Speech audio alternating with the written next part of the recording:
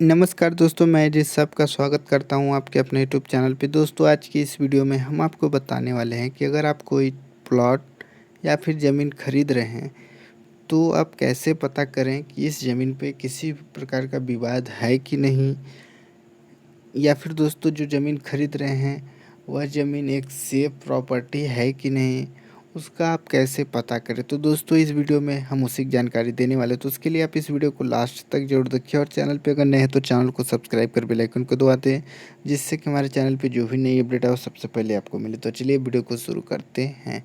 तो दोस्तों, ज़मीन या फिर जो प्लॉट होता है उसको परचेस करने से पहले आपको कुछ बेसिक डॉक्यूमेंट्स को चेक करना ज़रूरी होता है। क्योंकि दोस्तों, अगर आप कोई ज़मीन खरीद रहे हैं तो उस पे अगर किसी भी प्रकार का विवाद होता भी है तो खरीदने के बाद उस विवाद को आप झेलेंगे। क्योंकि अब जो ओल्ड जो ज़मीन के ऑनर थे वो तो ज़मीन को सेल कर चुके हैं, तो अब जो भी विवाद होगा आपके साथ होगा। उससे बचने के लिए आपको इन सभी डॉक्यूमेंट को चेक करना ज़रूरी है। तो सबसे पहले कोई भी प्रॉपर्टी या फिर प्लॉट आप परचेस कर रहे हैं तो आपको सबसे पहले खसरे की जो प्रमाणित कॉपी होती है उसको चेक करना होता है।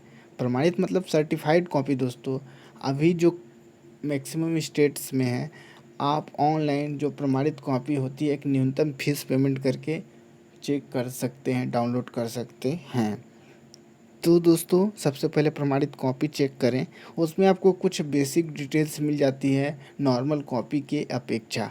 यानी उस पे जो आप पुराना भी खसरा चेक कर सकते हैं, 1-2 साल पुराना खसरा चेक करें, क्योंकि उससे पता चल जाएगा कि आपकी जो ज़मीन खरीद रहे हैं उससे पहले 1 साल 2 साल पहले अगर आप खसरा चेक करेंगे तो उसमें यह पता चल जाएगा कि क्या यह व्यक्ति लगातार इस ज़मीन का मालिक है कि अभी वर्तमान में इस ज़मीन को परचेस किया था।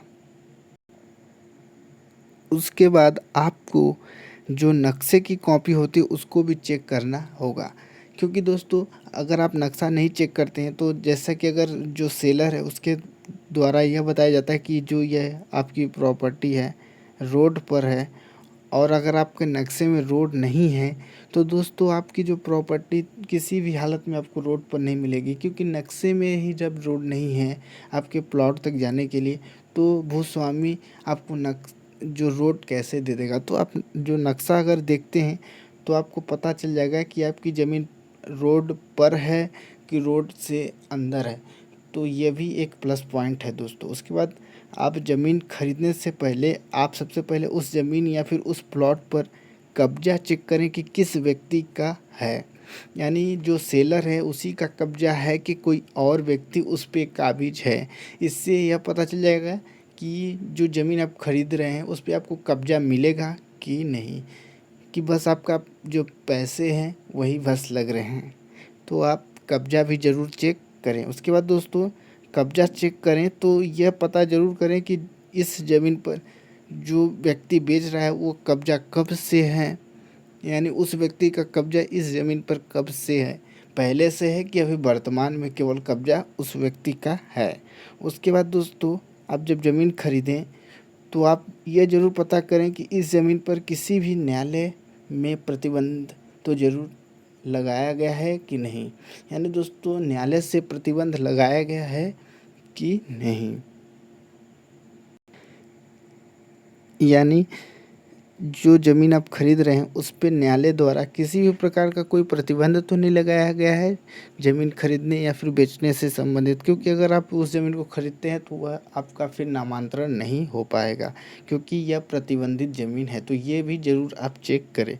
उसके बाद दोस्तों, आप ज़मीन खरीदते हैं या प्लॉट करते हैं तो ये ज़रूर चेक करें कि उस ज़मीन पर किसी भी न्यायालय में सिविल केस तो दर्ज नहीं है। यानी किसी न्यायालय में प्रकरण तो चल नहीं रहा है। इसको भी आप ऑनलाइन चेक कर सकते हैं। उसके बाद दोस्तों, ये ज़रूर चेक करें कि ज़मीन कहीं पे बंधक तो नहीं है, लोन संबंधित कार्य तो नहीं किया गया है, किसी भी बैंक में ज़मीन को गिरवी रखा तो नहीं गया है। ये भी ज़रूर आप चेक करें।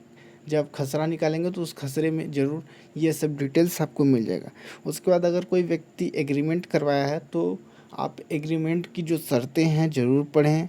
उसके बाद दोस्तों, एक चीज़ और ज़रूर चेक करें कि जो ज़मीन आप खरीद रहे हैं उसमें ST SC नियम तो लागू नहीं होता है। क्योंकि अगर एसटीएससी नियम लागू होता है तो आप अगर जनरल या फिर अदर कास्ट के हैं तो आप उस ज़मीन को परचेस नहीं कर सकते हैं। उसके बाद दोस्तों, आप एक जो इससे बेचने वाले से पहले की जो रजिस्ट्री की कॉपी होती है, यानी जो सेलर हैं उससे पहले अगर वो व्यक्ति कहीं से परचेस किया है तो उसकी भी कॉपी आप ऑनलाइन ज़रूर चेक कर लें। तो अगर आप इन सभी डॉक्यूमेंट को चेक कर लेते हैं तो आप एक सेफ प्रॉपर्टी परचेस कर सकते हैं, जिससे आप बच सकते हैं किसी भी प्रकार की जो प्रॉब्लम होती है उससे।